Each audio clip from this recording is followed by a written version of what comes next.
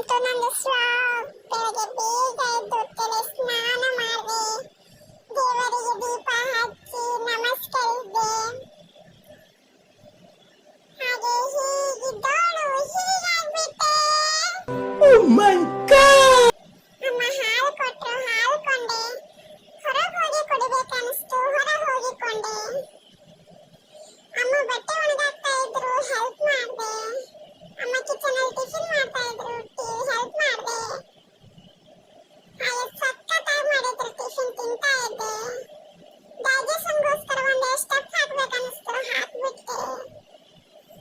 ಅಮ್ಮ ಕೂಲರ್ ತಂದಿದ್ರು ಹೊರಗಡೆ, ಆ ಕೂಲರ್ ಮುಂದೆ ನಿಂತು ಅಮ್ಮ ಅಂತಿದ್ದೆ. ಅದ್ರ ಖುಷಿನೇ ಬೇರೆ.